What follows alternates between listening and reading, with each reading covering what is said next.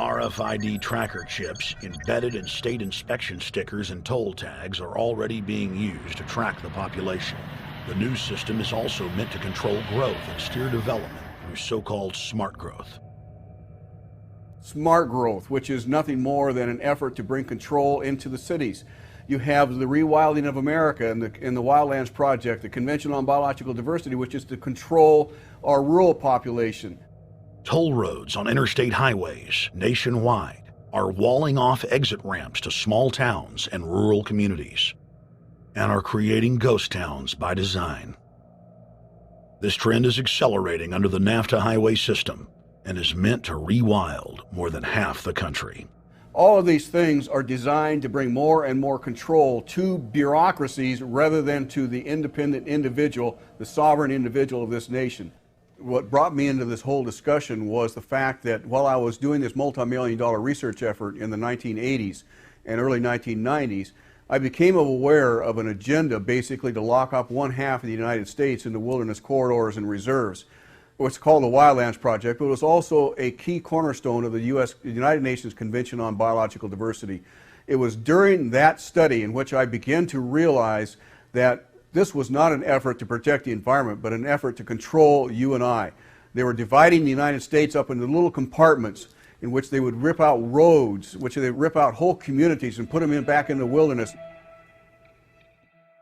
The federal highway system was designed by Pentagon war planners in the 1950s to serve as a rapid deployment conduit to move ground forces for the defense of the United States during invasion. The unconstitutional Northern Command is now using the highway system as a force projection matrix to dominate populations across the United States.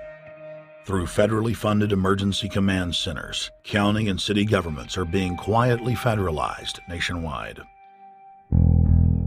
Billions of dollars per city is being spent to install millions of surveillance cameras. Every town and hamlet, no matter how small or remote, is surveilled. License plate reading software tracks Americans' movements wherever they go. New systems are being deployed that scan your face, read your lips, and analyze your walk. Under the treasonous Military Commissions Act, American citizens can be secretly arrested, stripped of citizenship, flown to offshore torture camps, and secretly executed. Under Section 802 of the Patriot Act, all misdemeanors are considered terrorism. Federal police squads, called Viper teams, randomly force Americans to line up and show their papers. From the sidewalks of Miami to the subways of New York to the streets of Houston, Texas, citizens are being searched by heavily armed gangs of paramilitary police.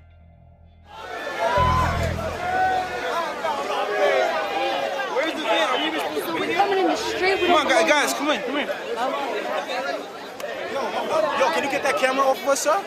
Sir, can you get that United States First Amendment? All right, but you can get that camera. I'm saying get the camera out of my face. That's what I'm saying. You're on the streets of New York. So what does that mean? I'm saying get that camera out of my face. That's what I'm saying. It's a free country. Fuck wrong with It's a free country. Get this damn camera out of my face. Oh, this isn't Nazi Germany. There's no camera in your face. God. Hey, move to Russia, okay?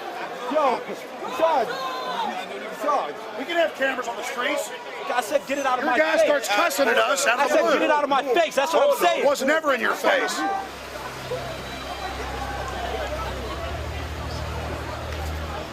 Yo. Long before 9/11, the Pentagon was aggressively violating the federal law that bars the military from policing the American people.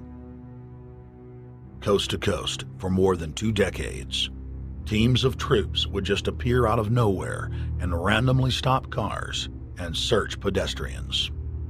The acclamation accelerated with regular Army searching bags at the Super Bowl and the Kentucky Derby, as well as other high-profile events. Then President Bush signed a Defense Authorization Act, which radically increased the funding for the already bloated shadow government. In the act, the executive branch formally announced that it was preparing for domestic insurrection and went on to preemptively strip the state governors and legislatures of their powers. The federal government is openly announcing that it is the only authority, as it treats the people and the states as enemies. Then on May 9, 2007, President Bush unlawfully granted himself new powers, and the presidency officially became a fiat dictatorship. In the past, continuity of government has been shared by the legislative, judicial, and executive branches of government. Now, all power resides with the president. For the smallest of reasons, including, in the document's own text, any incident in the world, regardless of location, that affects population, infrastructure, environment, economy, or government functions can trigger, at the president's will, total martial law. It is important to add that the president is merely a puppet of the global crime syndicate and may not use the new powers, but simply pass them on for use by future puppet administrations.